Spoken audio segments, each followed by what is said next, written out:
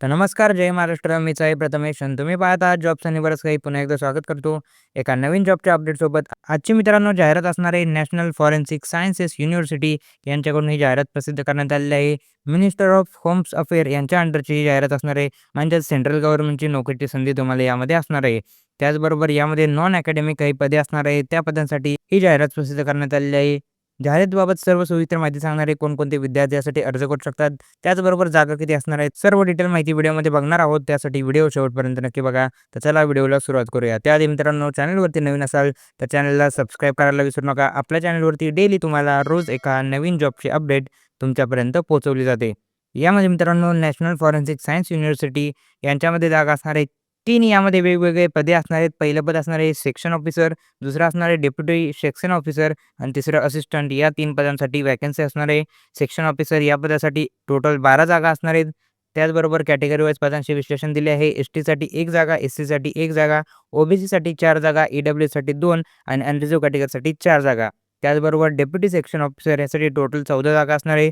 त्यांचे category wise विश्लेषण एस-टीसाठी 1 जागा, एस-सीसाठी 1, ओ-बी-सीसाठी 4 जागा, ई-डब्ल्यू-एससाठी 2 जागा आणि अनरिझर्व्ह कॅटेगरीसाठी 6 जागा. त्याचबरोबर असिस्टंट या पदासाठी टोटल 25 जागा असणार आहेत. 2 जागा एस-टीसाठी, 3 जागा एस-सीसाठी, ओ-बी-सीसाठी 7 जागा, त्याचबरोबर ई-डब्ल्यू-एससाठी 3 जागा आणि 10 जागा असणार आहे अनरिझर्व्ह कॅटेगरीसाठी. तर अशा प्रकारे व्हॅकन्सीचं विश्लेषण असणार आहे. त्याचबरोबर सर्वात महत्त्वाची गोष्ट म्हणजे एज क्रायटेरिया आणि एज्युकेशन क्वालिफिकेशन काय लागणार आहे ते बघूया. यामध्ये मित्रांनो पहिलं जे पद आहे सेक्शन ऑफिसर या पदासाठी तुम्हाला एज क्रायटेरिया लागणार आहे कमीत कमी 21 आणि जास्तीत जास्त 40 वर्ष हा एज लिमिट तुम्हाला इथे लागणार आहे. त्याचबरोबर क्वालिफिकेशन काय लागणार आहे bachelor degree in any discipline with good academics record. म्हणजे तुमच्याकडे कोणतीही बॅचलर डिग्री असेल तर तुम्ही यासाठी अर्ज करू शकता.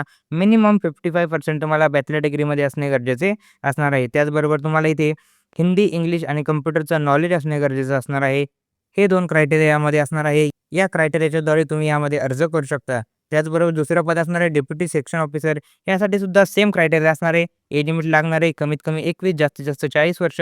त्याचबरोबर क्वालिफिकेशन लागणार आहे bachelor degree in any discipline with good academics record. त्याचबरोबर हिंदी, इंग्लिश आणि कम्प्युटरचं प्रोफेशनची नॉलेज असणं तुम्हाला गरजेचं असणार आहे. त्याचबरोबर असिस्टंट या पदासाठी एज लिमिट यामध्ये चेंज असणार आहे. कमीत कमी 21, जास्तीत जास्त 35 वर्षांची एज लिमिट यामध्ये असणार आहे. क्वालिफिकेशन लागणार आहे bachelor degree in any discipline. कोणत्याही शाखेची बॅचलर डिग्री असेल तर तुम्ही यासाठी अर्ज करू शकता. त्याचबरोबर हिंदी, इंग्लिश आणि कम्प्युटरचं नॉलेज असणे तुम्हाला गरजेचं असणार आहे. त्यानंतर इथे काही त्यांनी महत्त्वाच्या इन्स्ट्रक्शन दिले आहेत ते आपण बघूया. यामध्ये तुम्ही candidate must be citizen of India, इंडियाचे रहिवासी असणे गरजेचं असणार आहे. त्याचबरोबर तुम्हाला समर्थ पोर्टलवरती जाऊन ऑनलाईन पद्धतीने यासाठी अर्ज करायचा आहे. अर्जाची लिंक आपल्या डिस्क्रिप्शनमध्ये मेन्शन करून देतो. तिथे जाऊन तुम्ही ऑनलाईन पद्धतीने यासाठी अर्ज करू शकता. त्याचबरोबर ₹500 तुम्हाला ॲप्लिकेशनची फी लागणार आहे. जनरल कॅटेगरी, ई-डब्ल्यू-एस आणि ओ-बी-सी कॅटेगरीसाठी ₹500 ॲप्लिकेशनची फी यामध्ये असणार आहे. फी मित्रांनो नॉन रिफंडेबल असणार आहे. त्याचबरोबर एस-सी, एस-टी कॅटेगरीसाठी आणि महिलांसाठी कोणत्याही प्रकारची फी यामध्ये लागणार नाही.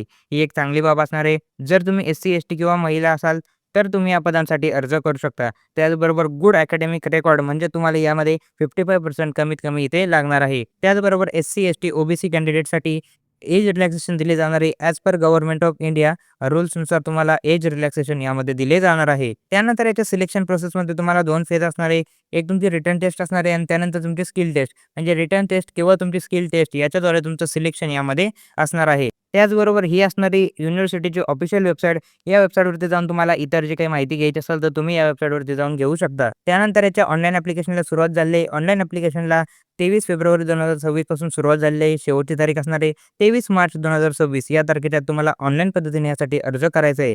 अर्जाची लिंक मित्रांनो आपल्या डिस्क्रिप्शनमध्ये असणार आहे. तिथे जाऊन तुम्ही ऑनलाईन पद्धतीने अर्ज करू शकता.